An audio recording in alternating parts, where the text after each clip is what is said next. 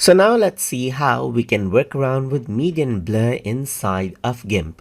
So in order to access out the median blur, I need to go around over here onto the filters menu right here. Then I need to go around onto blur, and then you can see that median blur is an option. So as soon as I go around onto the median blur, you can see that things start to smoothen out right here.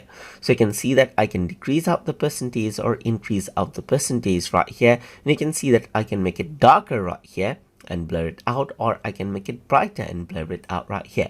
I can change around the radius, and you can see that depending on dark and bright, you can see that there is a bit of a blur, kind of like a lens blur over here. You can make it dark and blur as well, and it chooses that part of the image right here and blurs it out accordingly. You can change around the radius right here and make it more smoother, as you can see right here, and it simply merges out everything, as you can see right here. So you can see that instead of being a bit of blur, you can see that the edges are more intact and sharp. So you can go around and change this around right here, and this decreases out the noise in the picture, as you can see. And you can change around the percentage over here as well. You can also change around the alpha percentage right here and choose the policy right here.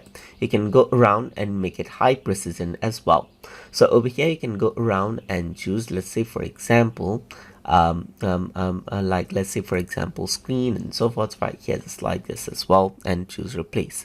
If I were to go around onto preview, then you can see the before and after over here, just like this. Or you can go around onto split view, and you can see the before and after by clicking and dragging over here as well, but the end result is much more smoother, as you can see in median blur. So that is how you can utilize median blur inside of GIMP. So I hope you guys learned something as always, and as always, please like, comment, share and subscribe.